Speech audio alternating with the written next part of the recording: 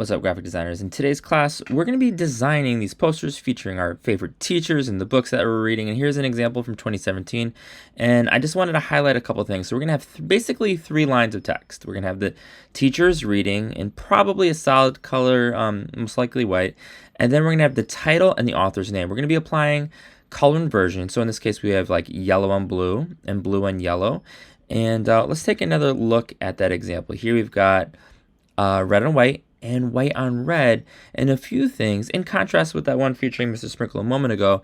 The title, I guess it's pronounced Pachinko, is this fun like scripty cursive font with a white stroke, and then we create a little bit of contrast with a rectangle behind the author's name. And you'll also notice that we've got a little bit of contrast with this mountaintop over here, like this peak on top of the red rectangle. We're going to be striving for something that looks a little bit like this today.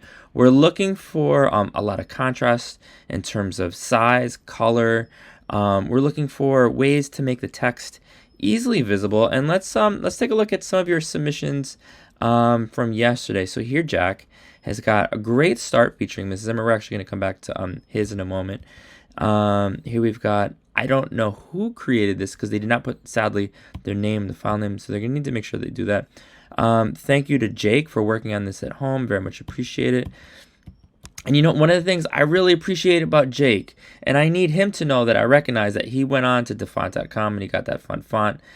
You guys similarly are going to do the same thing. You're going to get fun fonts. Now, Ryan, we need to make sure that we apply the color inversion technique and make sure that there's contrast in the text. Although Ryan and everyone, Ryan, I love the background that I chose because there's lots of possibilities. Mr. Sprinkle is reading the very best. Jimmy Carter, a life. So here's what I know about Parker. For to earn credit for this assignment, he's got to take off the hyphenations. Can't have it. We don't want hyphens, so we're not trying to see that.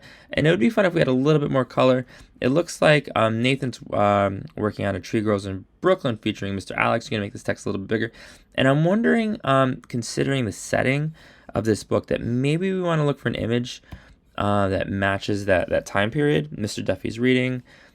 Thank you, Matthew. This looks great. I love that picture, Mr. Duffy. I like the background.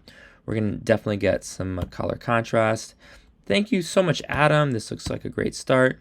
Josh, you're going to make sure that you copy and paste the text, and we're going to be applying color selection. I'm assuming Josh was just typing this rather than copying and pasting. It's in his best interest to simply copy and paste.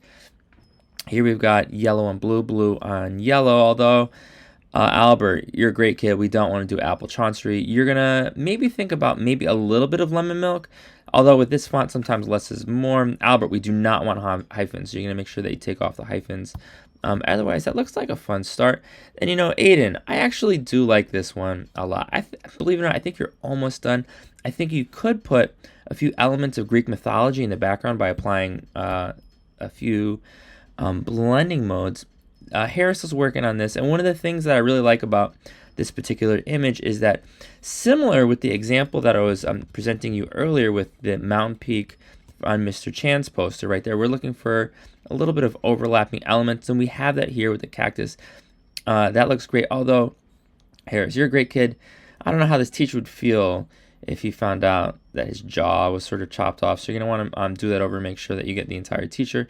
And I'm not sure how I feel about this font. You're going to go to dafont.com to get fun fonts like how you have right here.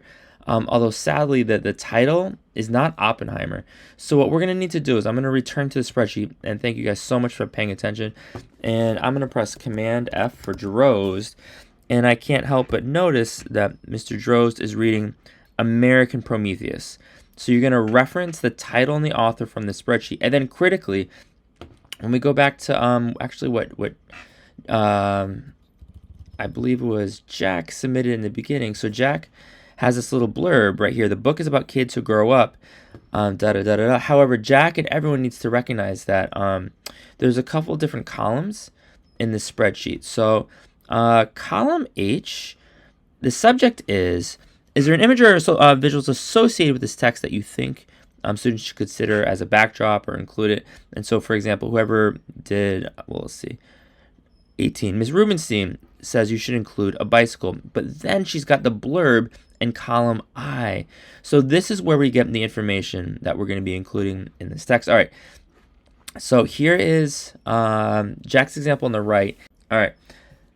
So when we take a look at Jack's visual, I noticed a few things. I know that we've got the start of color inversion. He found a fun background. And he got inspiration for this background from the little text that Miss Zimmer included. However, there's a lot that we want to do. So here are some of the things that I did. So I looked at the cover of her book and I saw that Japanese flag.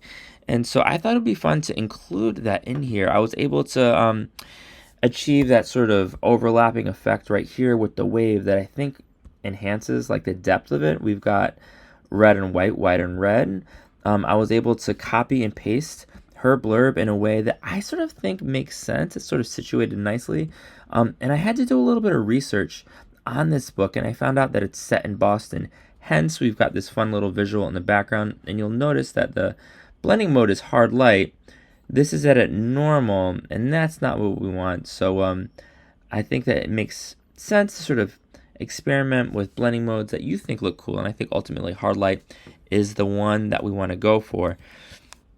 Additionally, I shifted the Mario backdrop down to make more space for this wave in the text. You guys are going to make sure that every element of your poster has purpose and that we include all the elements from the spreadsheet. We're going to make sure that we sign up for teachers in the spreadsheet. Let us know if you have any questions. Good luck.